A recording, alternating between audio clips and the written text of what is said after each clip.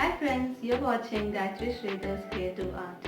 In today's video, I'll show you how to make this beautiful table mat or Puja Room mat.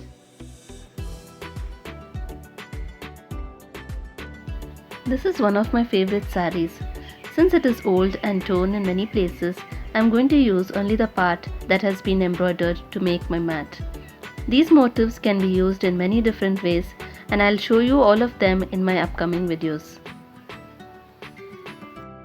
I've taken the border from that sari and stitched it onto another sari like this. In this way you can reuse your old saris and convert them into designer saris with different color combinations of your choice.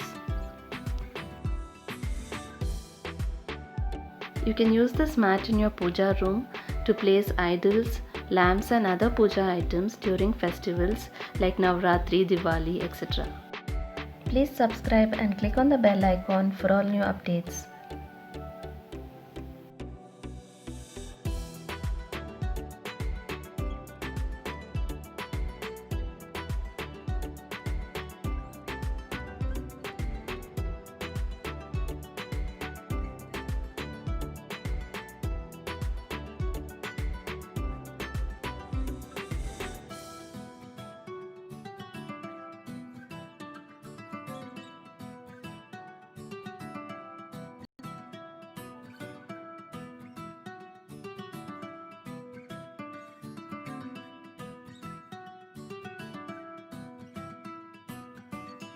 I'm sure many of us will be having loads of unused blouse pieces at home.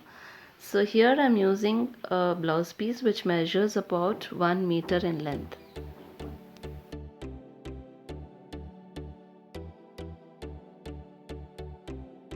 Take another piece of cloth. Here I'm using my old shawl.